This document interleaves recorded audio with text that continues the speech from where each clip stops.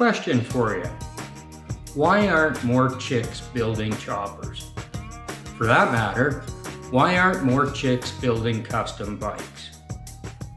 Hi, and welcome. I'm Bruce.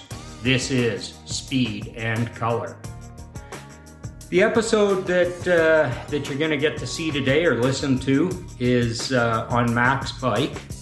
You might remember Mac was my original co-host, and we did record an episode on Mac's bike. I've had it on the shelf for a while. I'm going to be honest with you. I wasn't disappointed in Mac leaving the show. I was disappointed in the way that Mac left the show. So when that happened, and I'm not going to go into any more detail than that because it's not fair to do that if Mac isn't here to give his side or his opinion on it. But anyway, regardless, it left me not sure if I wanted to show that episode or not, so I kind of left it on the side. And it wasn't until recently when I did the episode on Zach's XS650 that I realized that I think there's good value in amateur, grassroots, raw builds that are in process. They're done either on a budget or as they're done develops the budget. That can go both ways, I guess. I think there's good value in that for people who are thinking that maybe they want to build their own bike, they'd like to try this, they're trying to get to know the culture, stuff like that. So I think it's good to see that you can pick up and start building a bike, and it doesn't take exceptional skills. You don't have to be one of the pro builders to put together a chopper that you can be proud of and ride and have fun with. And when I say chopper, you could also build a brat or a cafe racer or a tracker style or a digger style. I don't care what style it is, but you know, a lot of people, most of us, probably darn near all of us, quite capable of building some kind of a bike. And it's a great hobby. It's a lot of fun. Lots of interesting characters, good community, leads to good social activity. So I love it. I think custom bikes are awesome. With that in mind, I'm going to show you the episode that Mac and I recorded. But that also led me to think of something else. And that's the question that I started with. Why aren't the gals building more custom motorcycles? Hey, you know, if I offended you by saying why aren't chicks building bikes, you might be on the wrong channel. Maybe this isn't the spot for you. But I see women in the trades. There are gals out there who are exceptional welders. There are exceptional painters, and you know, Shayna Guy and Hot Rod Jen come to mind. There's a lot of talent out there. There's a lot of gals riding bikes. You know, it's very common now. Things are balancing out and equalizing, but what doesn't seem to have happened yet is I don't see a lot of women builders. I certainly, when I look at shows, and I'm not going to name anybody because I don't want to call anybody out here, but I look at shows that have invited builders. Those invited builders are almost always guys. There's probably been the odd female in there, but for the most part, it's always guys. It's certainly out of some kind of balance. And I don't believe that everything has to be 50-50 between this group and that group. I simply don't believe that, but I believe in a healthy mix. And as far as the ladies are concerned, I'm not seeing what I think is a healthy mix. And I'm wondering why that is. I'll give you this thought.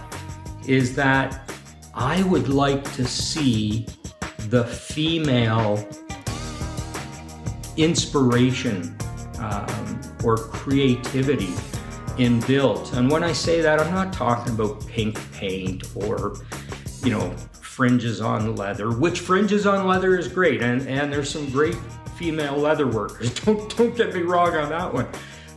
But that's not all I'm talking about. I want to see what a female welder comes up with for a front suspension, or what kind of wheel design they come up with. I don't believe that men and women design the same things.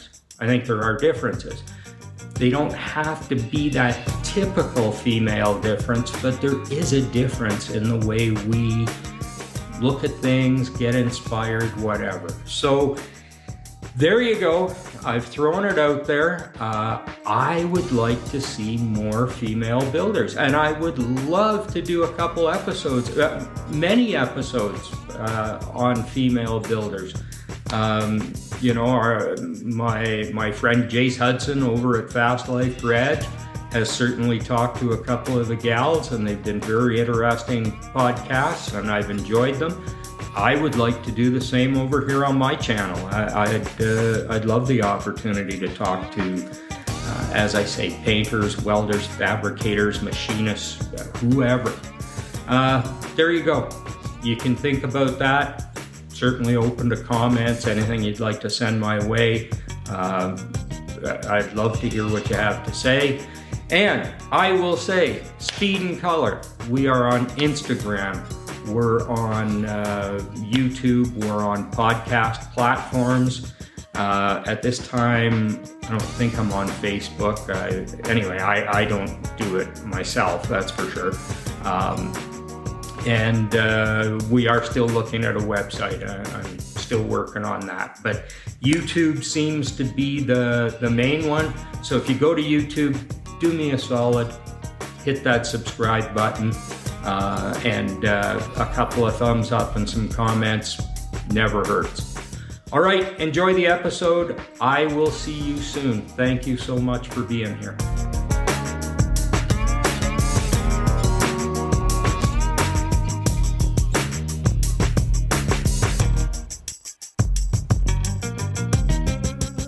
Hey, how you doing? So here we are in the home studio, such as it is. And today we wanted to take a look at Mac's bike.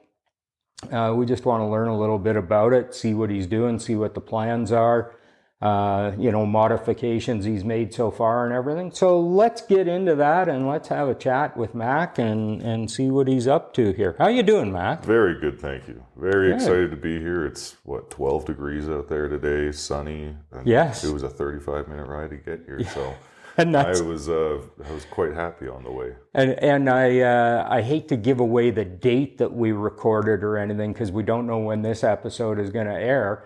But I will tell you, this was pretty late in the year for 12 degrees. We're having a pretty good lead up to winter. It's not too bad so far, but it's okay. All right. Well, Mac, why don't you start? And I'm going to try not to turn my back on the camera too much. Why don't you start by telling us what this was originally? And then we'll get into modifications. Sounds good. I will try and be as detailed as I possibly can for listening's sake more than video's sake. But realistically, we spoke about this, I don't know, in our first episode. We went over our bikes just briefly about what we had. So it started off as a 94 Sportster 883. Stock. It had the stock swing arm. It had stock handlebars. Everything was just, stock.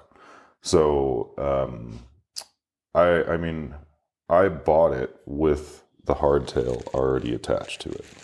So I was very happy about that because, that's A, the biggest job of the whole bike, and B, I got a smoking deal on this, so I was able to cut costs virtually in half.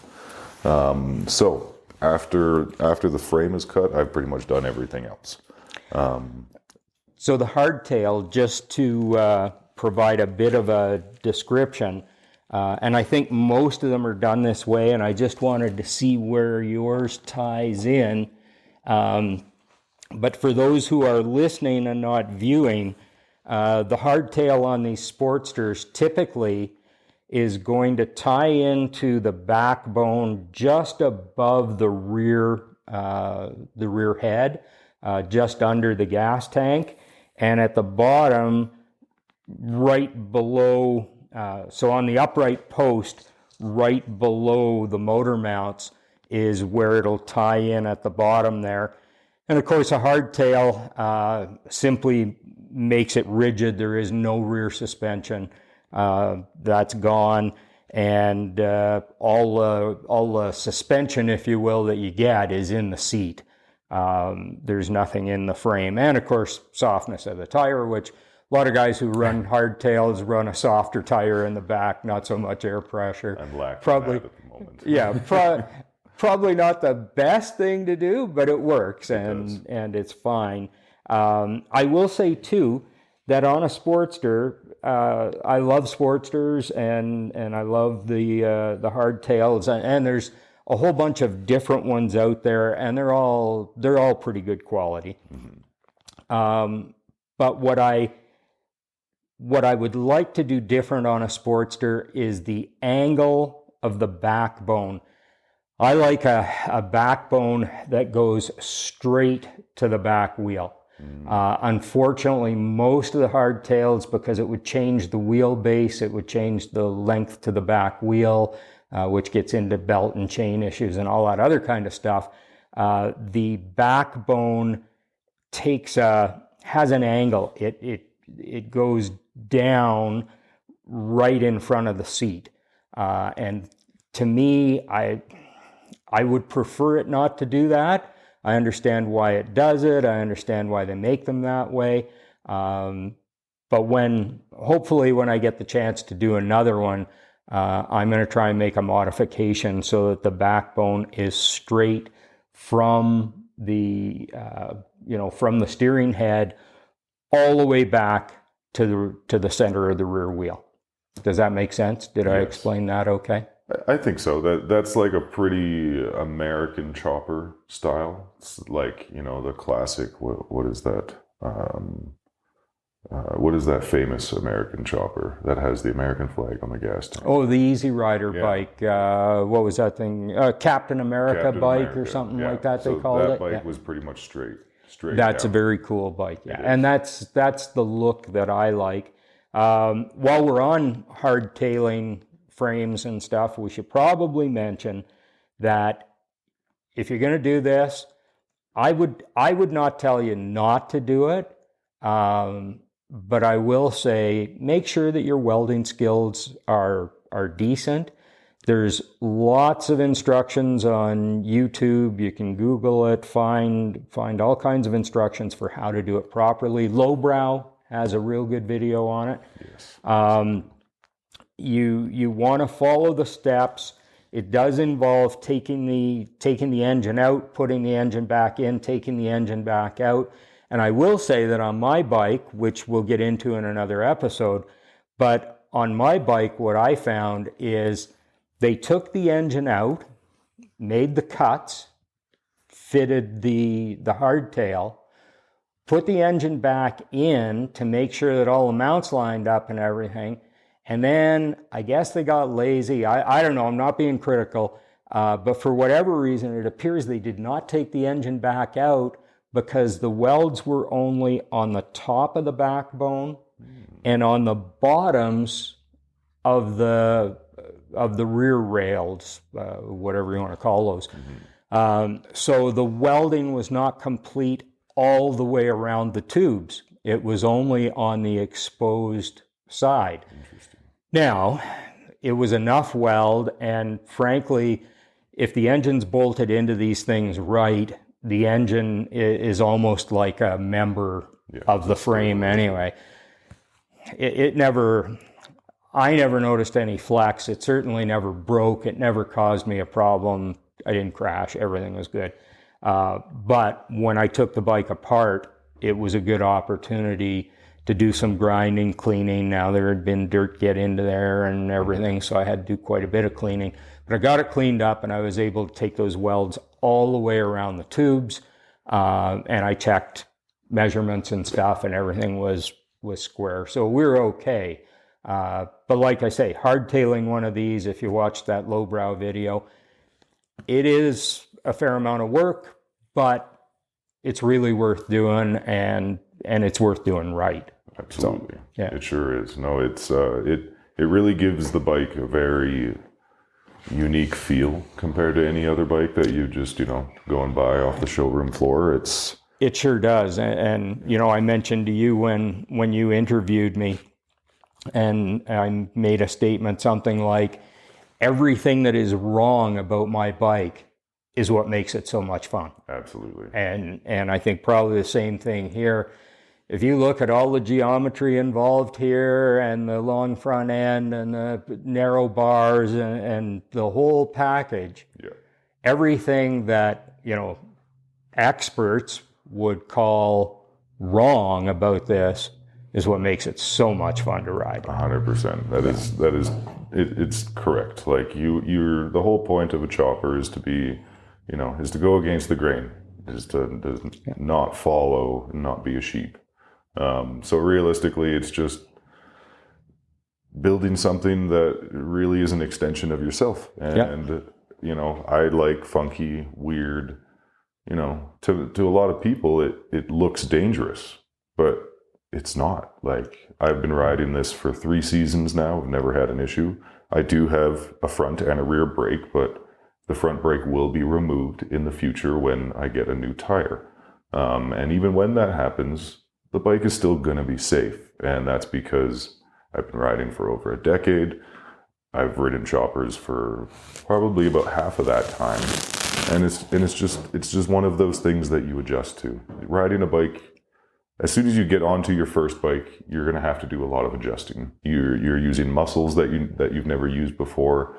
You're forced into the elements, so you get tired faster. There's a lot of things that are working against you, but as you become more experienced, all of these things just become a natural part of it, and it's not something that you worry about anymore. It's just about the enjoyment.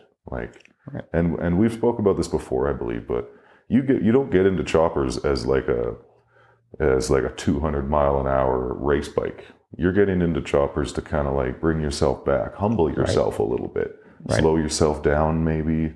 You're just looking really cool on the road and enjoying the ride. Yes. So in terms of safety across the board, like you said, as long as your structural pieces of when you're building the bike are sound, whether you're doing that yourself or you're outsourcing it to a professional, just get the structural things done right. And then after that, have some fun. Yes. Do some crazy things. Do things that nobody else has done. Like, I can't say that I've done anything that nobody else has done, but I've just taken certain trends that I like and put it into my bike. So yeah, that's why I love choppers. Like, I don't know, everybody that sees my bike, I'm always like, hey, take it for a ride. Here are the keys. But everybody's like, no, that's too scary. And I wanted to talk more about Mac's bike, and we will in a minute. But this really is a good point for me to get on my soapbox here. I listened to a podcast on the weekend, and they had a guest on there who is a builder. And you know what? We're all builders. It's great. It's all good. This fellow was into a lot of European sport triumphs, that kind of stuff. Does nice paint that is factory-like. He does those kinds of colors and stuff. So, more of a stock, more of a restoration kind of guy from what I could gather.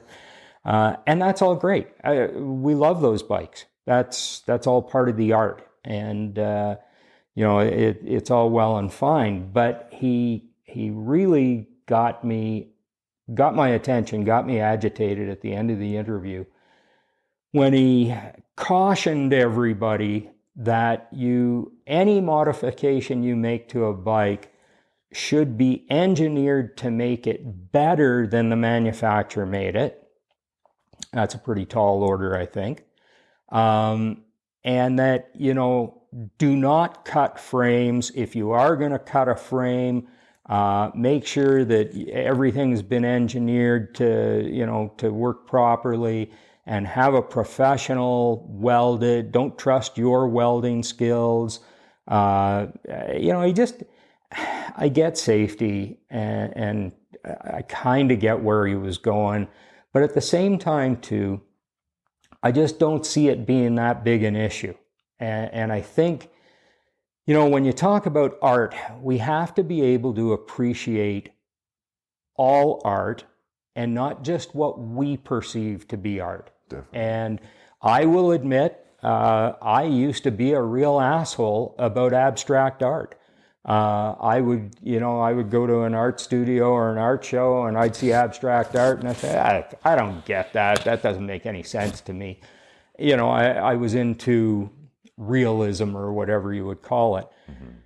And I had to sit down, you know, a few years ago when I got into some more serious building and stuff.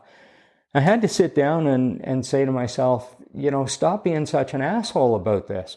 That art takes thought, and it takes creativity. Mm-hmm. And it may not be something you can recognize, but the combination of colors and the combination of shapes and whatever that abstract is, it has art value. Somebody created that. And I've since really worked hard to change my opinion, and the same with motorcycles and race cars and hot rods. It might not be what I would build, but that doesn't make it less relevant or less valuable. Mm-hmm. It is art, it is expression, it's creation, and as such, it has value as art. Absolutely. And so, you know, I would suggest to this gentleman on the podcast that I appreciate your concern for my safety and everything, but you know what? If you truly consider yourself an artist, which he said on the podcast he does, he feels that what he does is art, then, you know what? Maybe try and appreciate what other people do for art too. Now, he mentioned, you know, it was fine to do what we do if it's going to be a trailer queen and just go to shows. Well, no. It's okay to ride them, I think, Bruce's opinion here. It's okay to ride them, and there's a couple points I would make there. One is, you know, we just heard some statistics for this year about fatalities in our province, in Alberta, and the types of bikes involved. You know what wasn't in there is there was no mention of any bike that was highly modified that was in a crash, in a fatality. All motorcycles get crashed. I don't care whether they're modified or not. It just happens. It's part of the risk of being on two wheels. But it is obviously not a huge problem with people falling down on choppers or getting killed on choppers, or cafe racers or scramblers or trackers or bobbers or anything else. And, you know, Mac and I are in agreement that we think largely the reason for that may be that, again, 2 points. One is you're careful on these things because you understand what you're riding. You know the limitations.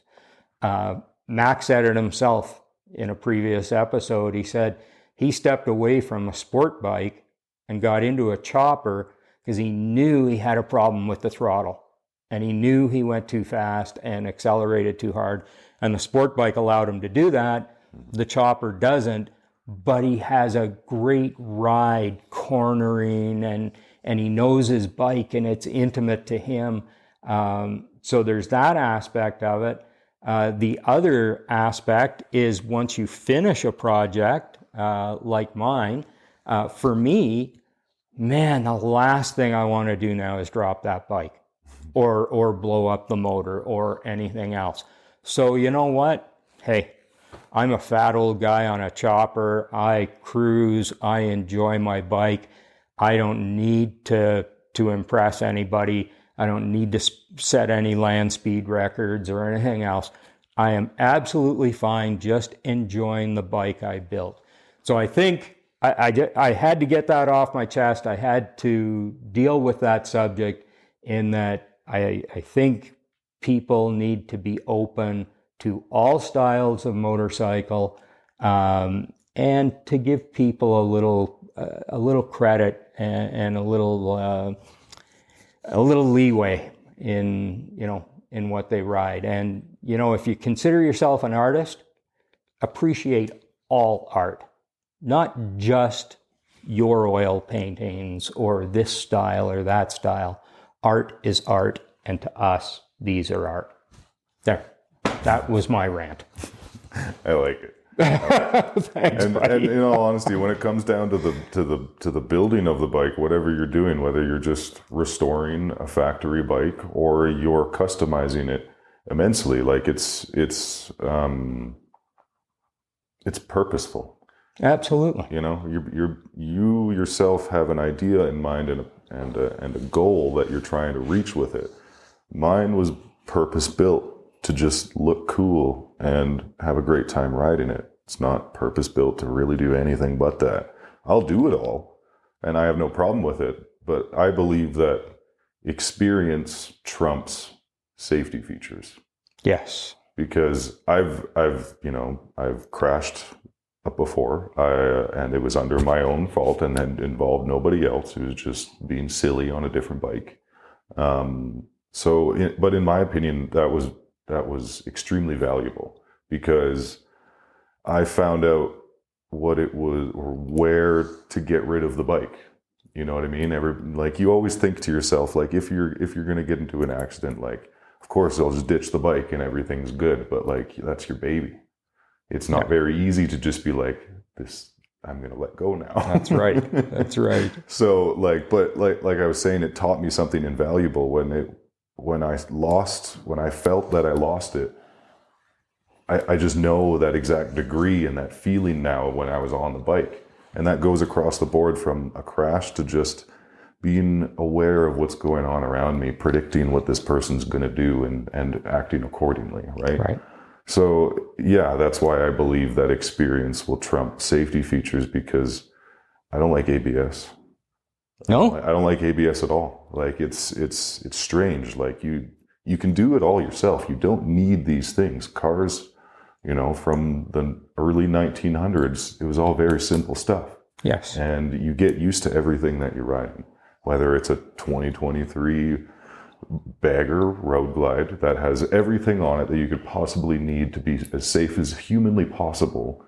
You can still get in an accident on it because you're not paying attention. Mm-hmm. Okay. So when it comes to safety, in my opinion, it's all about the rider. You can blame it on cars as much as you want, but it's all about how you perceive yourself on the road and being able to predict what's going on around you. Right. And if you're going to be the guy that's, going 200 miles an hour, I pray for you. Good luck. But that's dangerous. And you have to understand that all of this is a numbers game.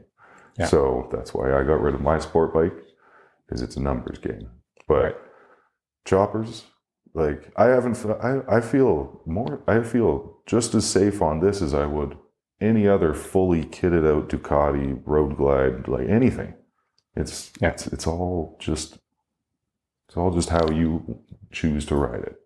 Absolutely. And I think if you look at guys like and there's tons of them out there, but he comes to mind because I was listening to him on the weekend. Jace, what's Jace's last name? The Fast Life Garage is his podcast. Good guy, but him and his buddies, the miles and miles and miles those guys have put on motorcycles, incident free. Yep. Oh, they have breakage. Sure, they have breakage. That modified exhaust system or whatever, rattled, loose, this or that. There's just a lot of chopper riders who put on a tremendous amount of mileage. Oh yeah. And never have an incident. They're experienced, they're good, and they're riding some crazy machines, stretched out, no front brake, all the rest of it, and they're not getting into trouble. He's more of an acquaintance. He's not a good buddy, but he's the one that got me back into the Harley choppers back in Victoria. He had I think a 95 or 96 Sportster chopper, very similar to this actually. And he took that from Victoria down to California for the Born Free show. Yeah. And they were maybe on the side of the road fixing a couple of things a couple of times, but no issues. Right. No problem. And this is Canada to California, a very southern state. They were riding for a week straight. Yeah. You're going through multiple states, a couple of different countries. You got it's no issues. Yeah. It's interesting. I don't know an exact reason or an exact I don't know why, but there's got to be something to it. There has to be. Absolutely. And I think we know what it is, and we've expressed that already. So back to this. Tell me a little bit more, because I want to know, did you do the front end on this? Yes. Okay. So the front end, the triple trees, which are the pieces that are connected to the neck of the bike. That if I can interrupt you for a second, why don't you step around here? It won't make any difference on the podcast, but it might make a difference to our YouTube watchers. Yes. There. Go ahead. So, yes, like I was saying, the triple trees are still stock. I will be doing hopefully a more narrow triple tree adjustment, but I'm waiting to decide on which wheel choice I'm going to do before I make that choice. And that'll just narrow it up from, about 8 or 9 inches to about 6 inches wide. And that just goes down to the overall look of the lane splitter style chopper that I'm going for. And then I extended the fork tubes 8 inches. I had a good buddy at Calgary Harley really helped me out on that one. He was done it very quickly, and it. Where did you purchase the tubes? The tubes are a TC Bros product. Oh, okay, Yeah, cool. So I love their stuff. They are very affordable. They're super quick with their shipping and everything, and I've never had a single problem with anything, and neither of my friends. So nice. I always recommend TC Bros. Lowbrow, as you say, is also very good. There are quite a few. And I think Lowbrow sells some TC Bros stuff, don't they? I think so. I think they kind of work together, But there's a few good ones out there. But the extension of the fork tubes really changed the look of the bike. So we're 8 inches over on the front end. Yeah. 8 inches over, front fender is deleted. And when you extend the front end like this and you have just standard fork tubes, it's always good to put some kind of brace in there. Right. And lots of people keep the front fender, but I like the bobbed look, as do you. No front fender and a snubbed back fender. So to keep everything tight and together, you put a fork brace in there. And personally, I like the look of it. I think it looks pretty cool. Yeah, it does. It looks good. It's a meaty piece right across the top of the tire there. Mm-hmm. Yeah, it just holds the fork tubes nice and tight, and nothing's moving around at all. So yeah, the extension on the fork tubes that lead into my narrow T-bars, I love the look of it. I feel like the tubes from the forks plus the tubes on the T-bars really emphasize the length of the front end. And the way this is set up, the angle of the fork tube is exactly the same as the angle of the uprights for the handlebars for the, what did you call these? T-bars. T-bars. Yes. Yes. Yeah. So that's cool in that line is consistent right from the center of the front wheel right up to the center of the top of the handlebars. Exactly. Yeah. Exactly. So outside of that, another good buddy of mine from Calgary Harley gave me his headlight off of his old chopper. I found a random mounting block and wired that guy all in. It's pretty simple. And when you do most choppers, you get rid of the fork lock on there. Yes. And I was really silly and just kind of bent that fork lock down and stuck a mirror in there just for the sake of having a mirror somewhere. Why not, right? And you can't see the right side of the bike on the video, and it's there's not all that much to see. I've put a relatively inexpensive exhaust on it, mounted it in points that work, that won't fail, and just made it work. Because in my opinion, that's what I love about choppers. Bruce has like a gorgeous paint job, gorgeous everything. It's sparkly. It's a beautiful looking bike, and we'll show you guys that on one of the next videos. Mine is a little bit more ratty. I don't want it to be super clean. It just, in my opinion, it's not the bike for it. Mission accomplished. Exactly. I did give it a little wipe down just for the video, but besides that, I like it to be a little raunchy. So, funny sideline about the mirror. I'm sure it was Garlett's. Don Garlett's on his Top Fuel dragster used to run rear view mirrors. And a lot of people had no idea why there were mirrors on a Top Fuel dragster. Yep. And they were actually aimed at the top of the headers so he could see if there was any smoke coming out of the headers. And he could tell at idle, if he thought he could anyway. I don't know. But anyway, he had these mirrors and so that he could see what was coming out of the exhaust pipes. And that helped him with tuning and stuff. Way back in the day. They don't do stuff like that anymore, but as we've discussed, I've been here for a while, so I've seen some of this stuff. Yeah.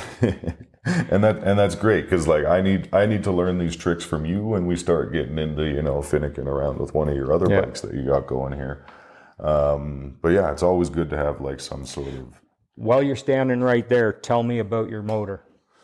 All right, so the motor it was an 883. And I've changed it to an S&S 1200. As you can see on the video, I'll describe as best as I can for the podcast, but you got the heads here and you got the rest of the jug here. So realistically on a Sportster, it is really hard to find heads. They're just hard to find, or they're very, very expensive. So you can usually use your 883 heads up to a 1200 or more, and then just do a little bit of work to them if you have to above 1200. But as you can see, the bottom part of this jug here, it has the S&S stamp on the side. It's very clean and crisp looking compared to the other half of the top of the motor, because that's all that it is. Right. You're just boring out the bottom jug there to get a bigger cylinder in there to create a bigger explosion. Right. So that was done this summer. And you said these are 1200? These are 1200 jugs. Okay. Yeah. So it went from an 883 to a 1200. And now I wanted to just mention, if you're considering doing your Sportster, going to a 1200, 1250, 1275, whatever. Mac mentioned the heads. Go to Hammer Performance and read about heads on their website. They have some Hammer Performance. Those guys are so technical. They are so good with Sportsters. I think they're absolutely amazing. But go to their website and read what they have to say about heads. The 883 heads are actually really, really good. And in a lot of cases, Hammer says, hey, stick with your 883 heads. They get into squish band and all kinds of geometry and stuff. They understand, flow through the heads and spark and everything, like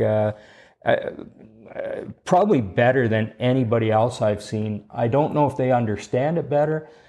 I think they've done a better job of describing it and explaining what's going on there. Hammer Performance. I don't care whose engine kit you buy, whose big bore kit you buy, go reference Hammer Performance for their videos and their technical articles and stuff, because it is brilliant stuff. Copy that. Yeah, it's definitely a good idea to read up on it as much as you can, because there is a lot to learn about it.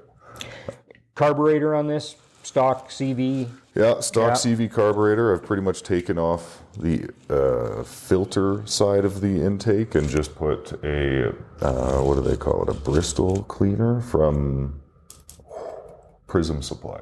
Okay. So Prism. So it's just like a screen on there. It is virtually just a flat screen. Yeah. So once again, we're keeping the bike's profile very narrow all the way across. And that is another company I have to just give a mention of. Prism Supply is a smaller company out of Kentucky, I think, and my goodness, they do some amazing stuff. Their engineering is just, it is really cool. And you're thinking about cams for next year as well, correct? I'm thinking about it. About it. We'll see how that goes. I really want to try out your Hammer performance build before I do anything else. So we'll see how that goes. So yeah, coming back from from the motor. Here, I'm going to switch places with you. There we go. So there's a couple of different ways you can do seats on choppers. Like yourself, you have a Springer seat, so that means, right in these posts or right under the seat, you're going to put springs that attach to the seat, and that's going to create a small cushion for you when you hit bumps. I just have the seat mounted right into the frame, and the only real difference is that there's a lot more cushion between, your butt and the seat pan. Yes. Because your seat, usually when you have a Springer seat, it is virtually a seat pan with a piece of leather over it. Right. There isn't very much cushion to it. I chose to go with this route because the first bobber thing that I built out of an old Suzuki GS 650, I had the Springer seat. And my whole thing is cornering. I love cornering. And with the Springer seat, I felt a shift when you were cornering, and I didn't like that. So that's why I went to this style of seat. And this is not an expensive seat. It's just a Drag Specialties Scorpion seat. And the reason why I like it is because of the tall backing to it. It gives you a little bit more of like a lumbar support, and it holds you in place very, very well. You don't slip. You don't scoot back on the seat at all. It just holds you in place perfectly. And I can tell you, and we'll get into my bike another time, but I can tell you that I'm envious of guys with seats like this, because that lumbar support is really a good idea. And it's a better idea the older you get. The more birthdays you have, this becomes a better and better idea. So, I will say that I build up my lower back muscles every spring on mine, because there's a lot of work going on back there to stay straight and everything. Because with a hardtail, lots of the time, I don't know if you do this, I would assume it's similar, but you have forward controls, so it complicates things a little bit. But the reason why I stuck with mid controls on the bike, and the differences between forward controls and mid controls is forward controls, your feet are extended out realistically to the front of the motor. And mid controls are more right behind the motor, in between the transmission and the motor. I chose that way because I like to have my feet directly under me. I feel like I have a little bit more control. It's similar to a dirt bike layout rather than a cruiser layout. And one of the biggest reasons why is A, control, and B, propping yourself up on bumps. Yes. Because in my opinion, I ride this like a horse. You're kind of propped yourself up and you're just like floating over bumps for the most part. So your legs get a real good workout as well. So continuing back kind of into the comfort side, I have my really big poncho on my sissy bar, so there's not much to see. But I've put a 30-inch sissy bar on the back. And that's 30 inches from the fender to the top of the sissy bar, but it actually connects into just above the rear axle. And this is put on here to mainly carry stuff, but my biggest purpose of it is using it as a back support. Right. So right now I have my poncho on it, and I would need maybe another 5 or 6 inches of something to actually be utilized as a backrest. But when I take this on trips, realistically anything outside of the city or longer, I'm putting a backpack or a duffel bag back here, and it is being utilized as a backrest. it really makes the world of a difference to have a backrest no matter what bike you're riding. Right. Like I always had my removable backrest on my Road Glide even, and that's supposed to be one of the most comfortable bikes out there. Right. But there's something about it, having a little bit of back support when you just don't have a comfortable bike at all. It makes a big difference. Well, let's be honest. Sissy bars look cool, and too. they look cool. Yeah. Of course they Yeah, do. Of course. This will probably be changed into about a 50-inch sissy bar in the past, in the future, because I want it to be the same height as my handlebars. So approximately that height. So then what happens with exhaust? Let me bring you back this way again for a second. So if you're thinking about a taller sissy bar, where's this exhaust going? Are you going to keep it short like it is, or is it going to kind of follow up the back of the bike? I think I want to do a mild upsweep, but my idea with the exhaust hasn't changed since I bought the bike. And this isn't exactly how I want the exhaust. I just did not like the exhaust on it initially. So what I'm going to do eventually is I'm going to do a high pipe. So realistically, what that is rather than the pipes coming from the head all the way to the bottom of the frame and sweeping back, they're going to pretty much do a hard 90 right out of the head and come straight back. And you'll be very close to like burning your ass right where you sit. But having the high pipe to come right under the seat and probably kick up a little bit at the end, that will be the goal. But my dream is my favorite exhaust on the entire market I had on my Road Glide was a Thunderheader. They have the most unique sound. They're loud as shit, and just everybody knew when I was rolling up, and I loved it. So my plan is to find a Sportster Thunderheader muffler and get somebody to build me a high pipe and then just mount it all into there, and that is exactly what I want. But yeah, Thunderheaders are very expensive, and a Thunderheader pipe is almost the cost of the motorcycle. So I will probably refrain until I find a good deal. So realistically, on my bike, I have two very unique things to the bike. Like, you can get T-bars anyway. These are Prism Supply T-bars, which are, once again, amazing. But realistically, anything on this bike you can just buy from an online store or something like that.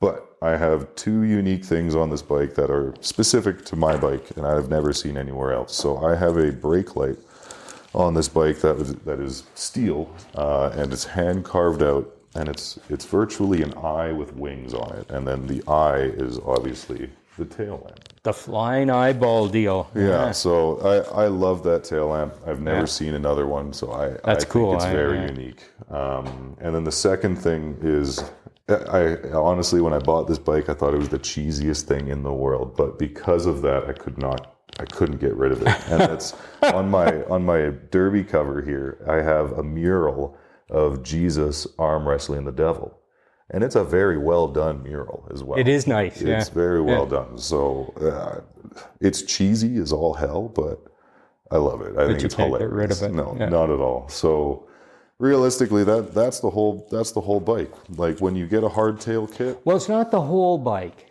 There's one more thing we got to talk about. Which? This gas tank. I didn't want to get into the gas tank, Bruce. I wanted to leave the gas tank because there's just nothing special about it.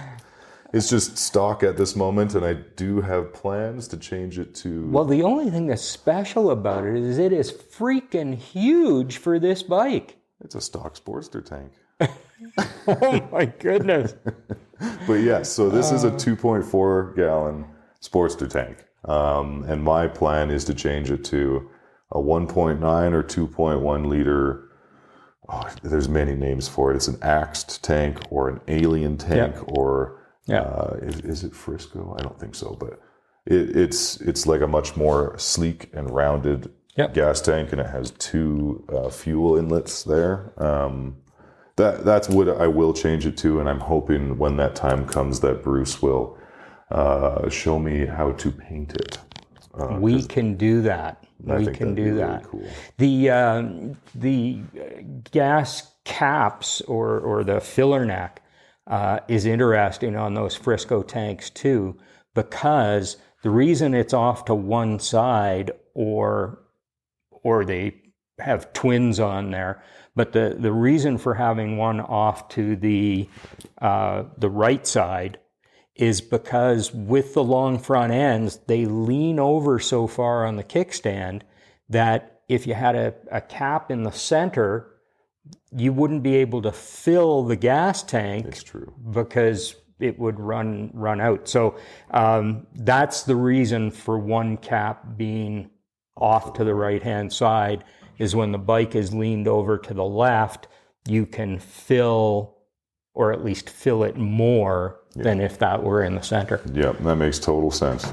Yeah. That's I feel really silly that I didn't put 2 and 2 together on that one. I just wanted it because the aesthetic. Oh, I thought you knew that. No, because this thing really leans silly. way over when it's on the side Oh stand. yes, it's quite hefty. People always make comments on that they think it's going to fall over, but it is.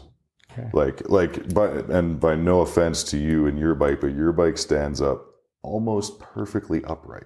Yeah, mine's awful. And that scares me. Yeah, it scares the crap out of me, a big gust of too. wind and it looks like it could blow. But the only thing that would make this fall over is if the weld on the kickstand broke itself.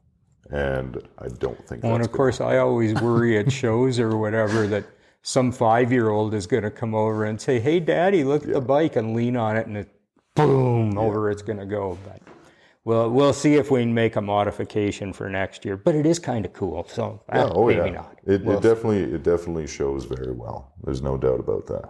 Yeah. Definitely. Thanks. Yeah.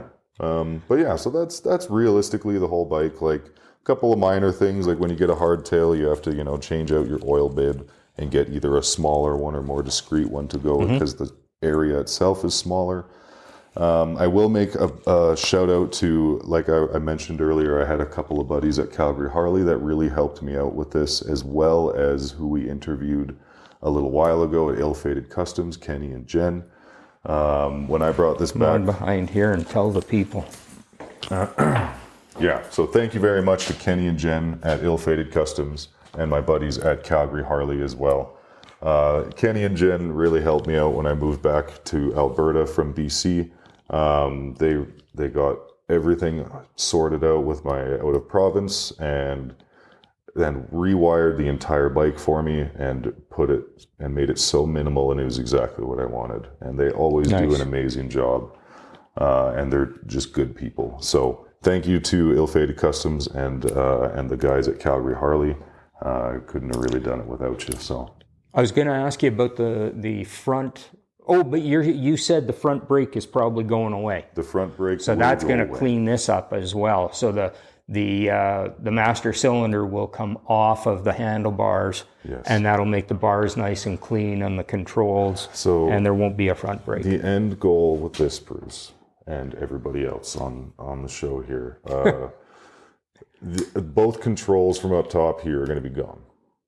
So that's the front brake, master cylinder, brake mechanism, and the clutch lever and mechanism will be gone from the top of the bike because A, the front brake will be going when new wheels are figured out, and B, the clutch will be moved to a foot clutch. Cool. So foot clutch down here, right? Like the problem that I'm running into is the mid control stuff. So with mid controls, nobody really makes a suicide shifter for it. It's all forward control stuff. So I realistically have to get somebody to build it for me. Just 100% custom. But yeah, so this lever here, which is how I shift gears naturally, will turn into a clutch lever. So then you just push that down, and I'm going to relocate a shifter right about here, right kind of underneath my left thigh and my butt kind of area, and you just push down the foot clutch and shift with your left hand. Yep. And then that will eliminate everything on the top of the handlebars. Because the clean look is kind of what I'm going for, and by clean, I mean minimal. Well, when we get into those linkages, I might be able to offer you a little bit of assistance there, and we do have some rod ends and all that kind of stuff on the shelf here, so we can probably figure something out to make that all work. That would be a lot of fun. But yeah, that's pretty much my 94 lane splitter chopper. So thank you everybody for taking the time out of your day for me to go over it. I really appreciate it, and I'll bring it back when I've done more stuff to it to explain. That's awesome. We'll visit it again. And I just want to say thank you for putting up with Bruce's rant. Look forward to the hate mail. I'm sure there's going to be some. That's okay. We can handle it. We got broad shoulders. Yeah, all good. Hey, I'm going to let Mac do his thing. Thank you guys so much for joining us. Please like and subscribe. We'd really appreciate it. And we hope to see you on the next one. Talk to you soon. Thank you very much. See you soon.